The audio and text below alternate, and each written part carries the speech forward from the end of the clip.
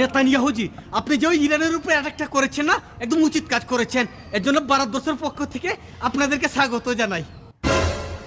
আর একটা কাজ করেন, ওই সালা বাংলাদেশে একটা ছেড়ে দিন, সালার আবার খুব বার বেড়েছে।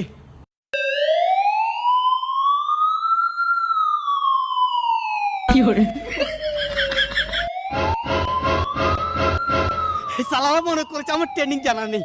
দাঁড়ান আসছি।